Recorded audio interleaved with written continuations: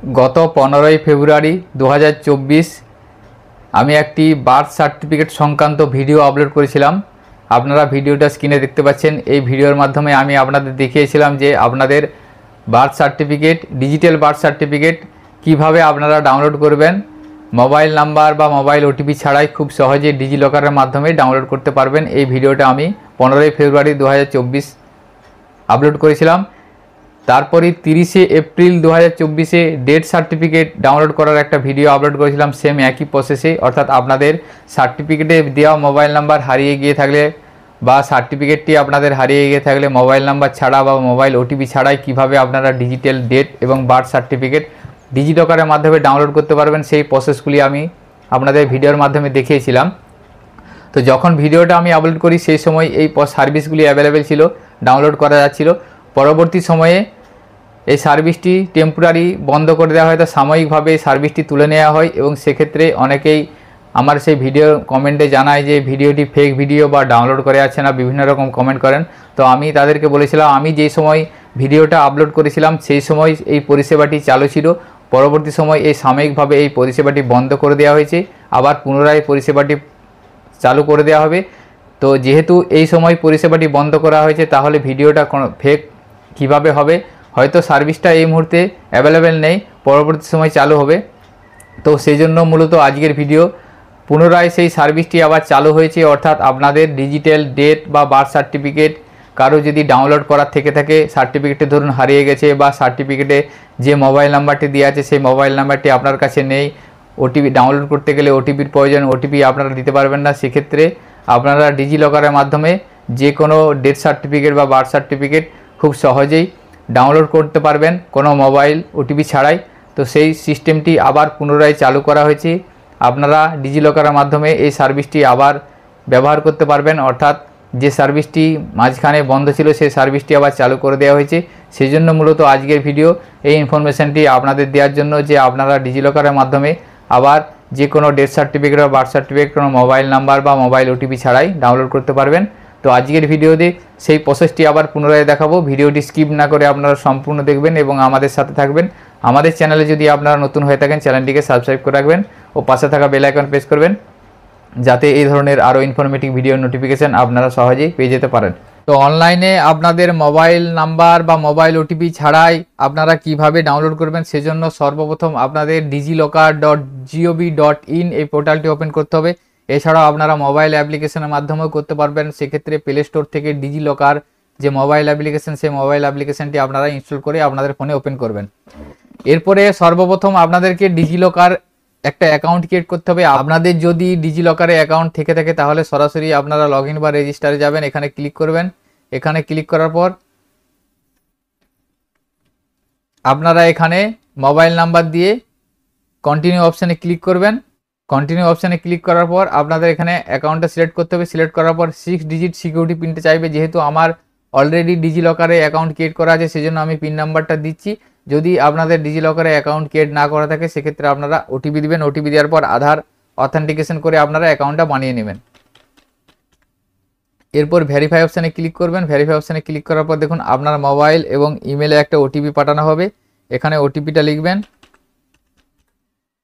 এরপর ভেরিফাই অপশানে ক্লিক করবেন। ভেরিফাই অপশানে ক্লিক করার পর আপনার ডিজিলকার অ্যাকাউন্টটি ওপেন হয়ে যাবে। তো এখানে বলে রাখি আপনাদের ডিজিলকার করার জন্য যে মোবাইল নাম্বার লাগছে, ওটিপি লাগছে, এটার সাথে আপনাদের সার্টিফিকেটে যে মোবাইল নাম্বার যুক্ত করা ছিল সেই নাম্বারের কত সংযোগ নেই। অর্থাৎ আপনারা বর্তমানে আপনার কাছে যে মোবাইল নাম্বারটি আছে সেই মোবাইল নাম্বার বা আধার কার্ডে যে মোবাইল নাম্বারটি আপনার বর্তমানে সংযুক্ত করা আছে সেই মোবাইল নাম্বারটি দিয়ে আপনারা ডিজিলকারটি ওপেন করবেন। আপনাদের সার্টিফিকেটে যে মোবাইল নাম্বার দেওয়া ছিল সেই মোবাইল নাম্বার দিয়ে ডিজিলকার ওপেন করতে হবে এমন কোনো ব্যাপার নয়। আপনারা বর্তমান যে মোবাইল নাম্বার আছে সেটা দিয়ে আপনারা ডিজিলকারটা ওপেন করে নেবেন।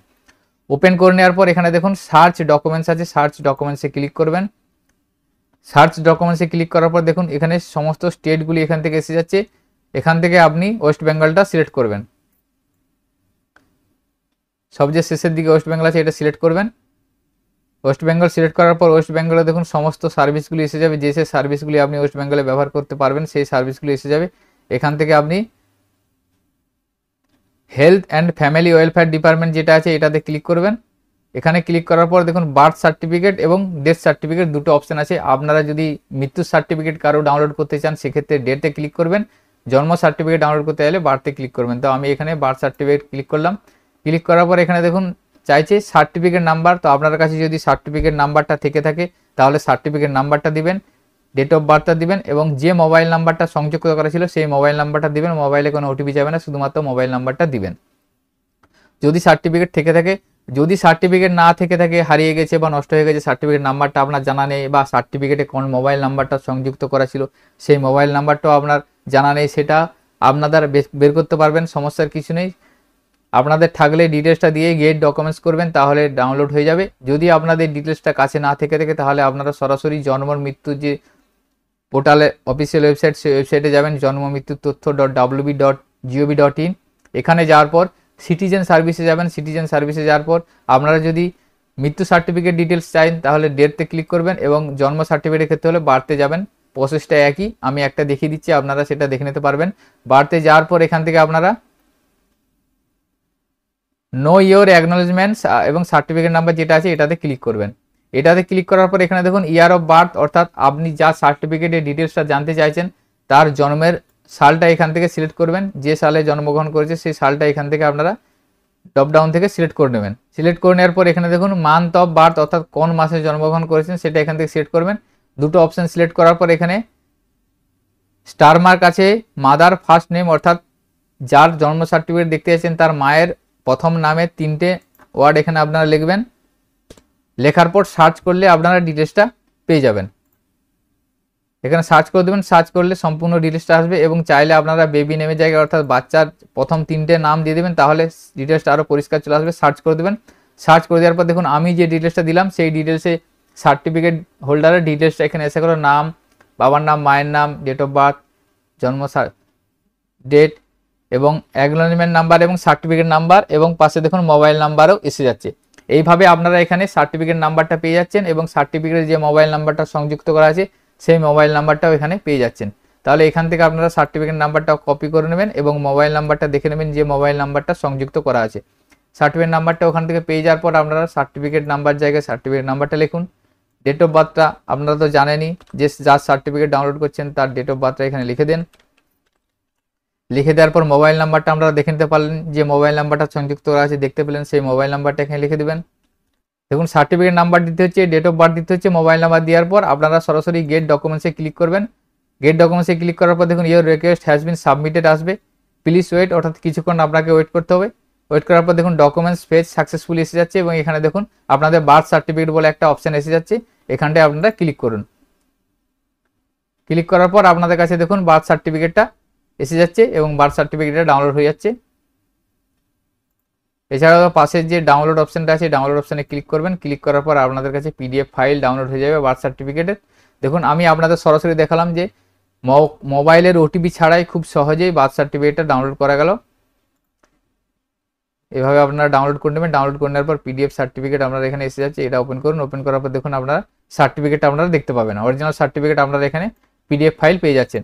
অর্থাৎ আপনাদের মোবাইলের ওটিপি ছাড়াই যে মোবাইল নাম্বারটি সংযুক্ত করা আছে সেই মোবাইল নাম্বারে ওটিপি ছাড়াই আপনারা বার্থ সার্টিফিকেট বা ডেথ সার্টিফিকেট ডাউনলোড করতে পারবেন।